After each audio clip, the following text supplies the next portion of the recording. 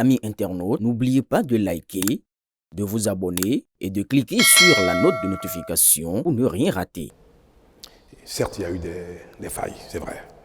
Je manquerai de sincérité si je ne vous l'avoue pas.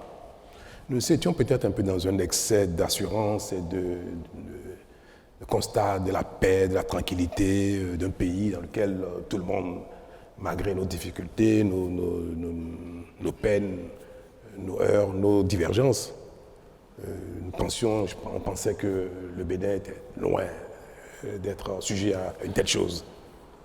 Il faut souhaiter que notre pays, qui vient de démontrer qu'il est un grand pays, reste sur ce palier et que notre évolution, notre émancipation, notre compréhension du monde, de la vie, des règles et consorts n'amène plus jamais aucune frange de notre société significative.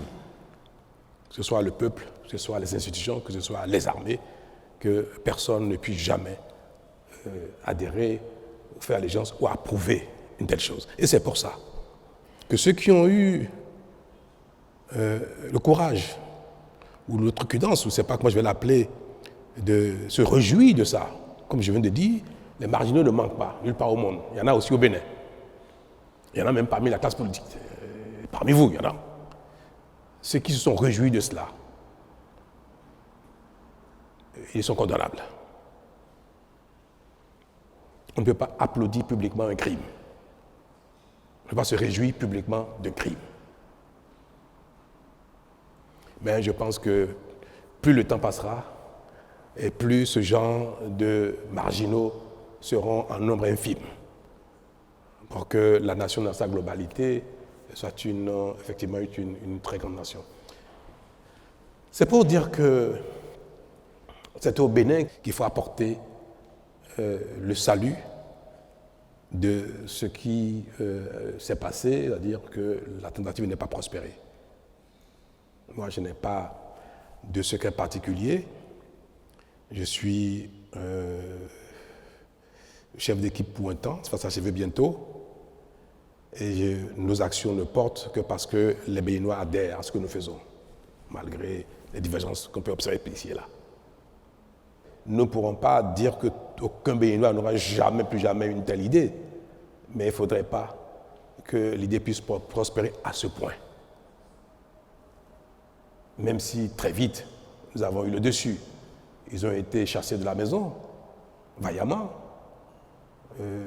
Même moi-même, je n'ai pas eu peur d'être avec la garde républicaine, parce que je savais très bien que jamais cela ne prospérerait, que nous ferons face.